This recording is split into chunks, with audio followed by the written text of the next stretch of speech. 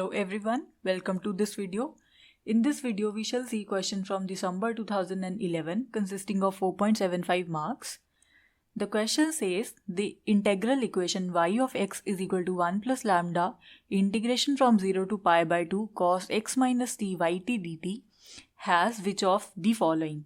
That means the solution is unique or no solution for the given values of lambda, right? So let us get started. Our given equation is of the form y of x is equal to 1 plus lambda integration from 0 to pi by 2 cos of x minus t yt dt.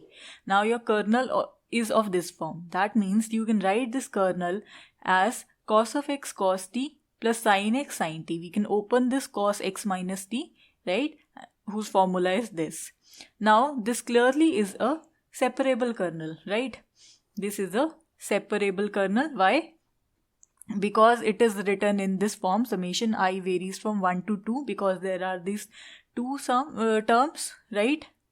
And moreover, we have some terms ai which are the functions of x only, and some terms bi, t which are the functions of t only, right? So therefore, we just label this first cos x as a1x, cos t as b1t, right? And this sin x as a2x and sin t as b2t.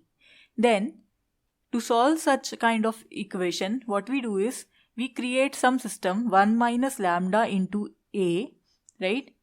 And this thing multiplied by c is equal to f, where what is this thing? This is the identity matrix. Lambda is the parameter given in the equation, this one. And A is matrix whose entries are A, I, J. And C is some unknown vector and F is of this form, right? So that means we need to solve this system in order to determine the solution for this integral equation. So now for that we must calculate what is A11, A12, A21 and A22. Moreover, these are unknowns, we need to calculate them, and these F1 and F2 are also calculated when the equation is inhomogeneous. That means we have this term over here, right? So let us first calculate A11. It would be integration from 0 to pi by 2, which is the given interval. Then B1, 1 is corresponding to this. So B1t and then A1t dt. What is B1? B1 is cos t, right? So it is cos t, and A1t. A1x was cos x, so A1t is cos t. So we have cos square t over here. So we can clearly integrate this. Cos square t could be written as 1 plus cos 2t divided by 2, right? We can integrate to substitute the limits and it comes out to be pi by 4. Similarly, we can find A12. A12 would be 1 corresponds to B1t and this 2 corresponds to A2t, right? And then we can substitute the values. B1t is clearly cos t and A2t would be sin t, right? So sin t dt, we can multiply and divide by 2 over here. So it would just be sin 2t, right? The double angle formula. And we, after performing integration, we land up to this, and overall the value comes out to be 1 by 2. Similarly, A21 would be, we'll perform the integration for B2 and A1, right? So we'll substitute the values. This is same as this one, so its value is also equal to 1 by 2, right? And A22 would be again B2 and A2. What is B2 and A2? They are clearly B2 is this sin t and A2 is sin x. So it would be sin square t dt because we are dealing with the variable t. And what is sin square t? It is this, right? We can perform the integration and it again come out to be pi by 4. Therefore, we have all these values. Now what do we need? We need this F1 and F2 as well. So let us see what are these values.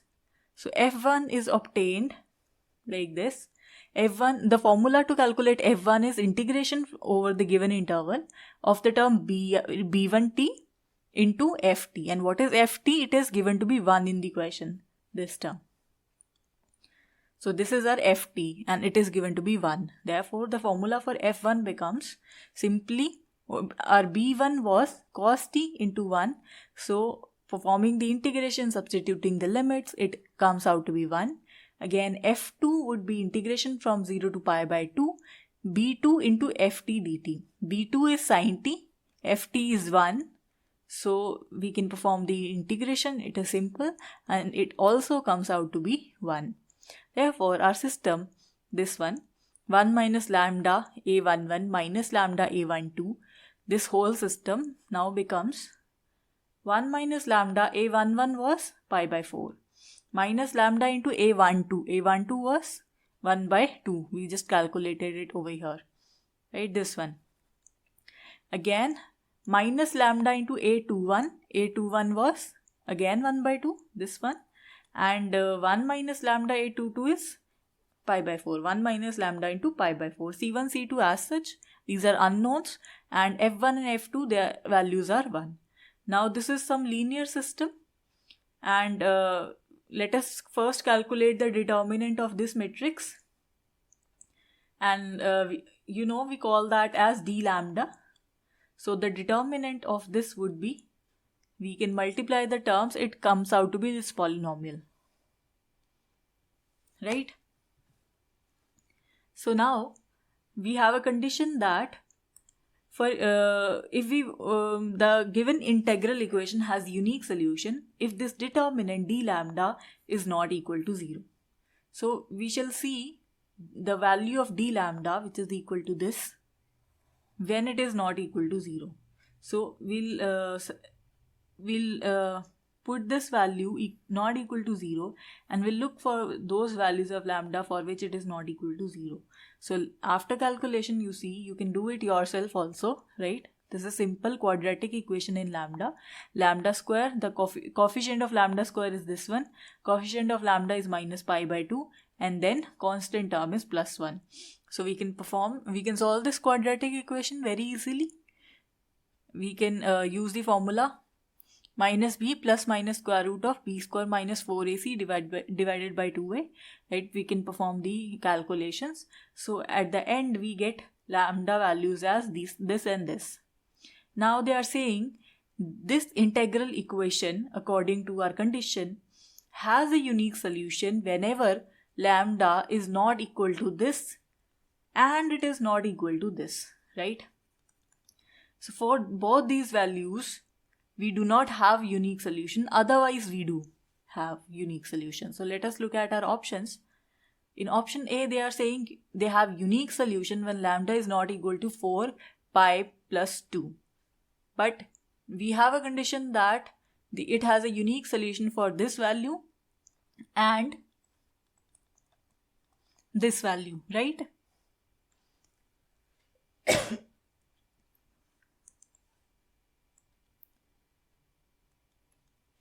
Therefore, this is also not the solution. This is also not the solution. So now let us move on to checking whether we have a no solution for our equation or not for these two values, when lambda is equal to 4 upon pi plus 2 and when lambda is equal to 4 upon pi minus 2, right? So let us see this case.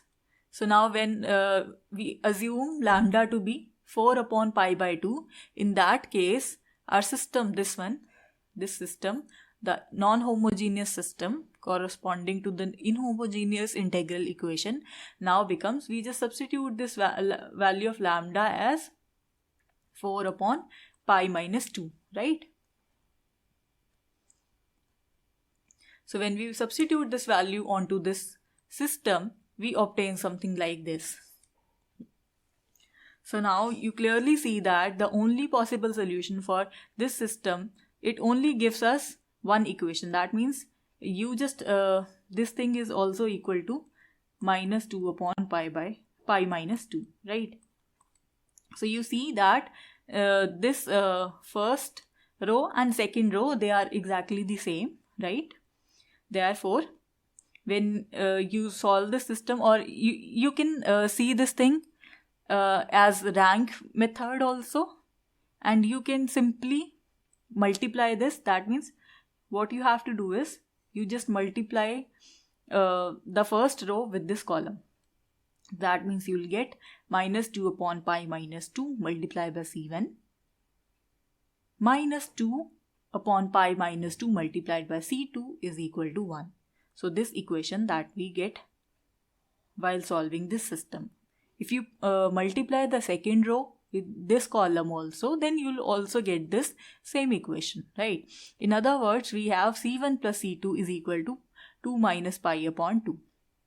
So now from this equation, you clearly see that if you give any particular value to C1, you will have some value for C2. If you change that value of C1 over here, you'll have the changed value for C2, right? So for every value of C1, we have a value of C2. That means in this case, we have infinite solutions. Therefore, when lambda is equal to 4 upon pi minus 2, we have infinite solutions. Therefore, this option D is incorrect because it is saying when lambda is equal to 4 upon pi minus 2, you have no solution. But this is not correct. We have infinite solutions. Right? So obviously C should be the answer, but we should just check it, right? When lambda is equal to 4 upon pi plus 2, in that case, we just substitute this value of lambda onto our system. So we'll obtain something of this sort.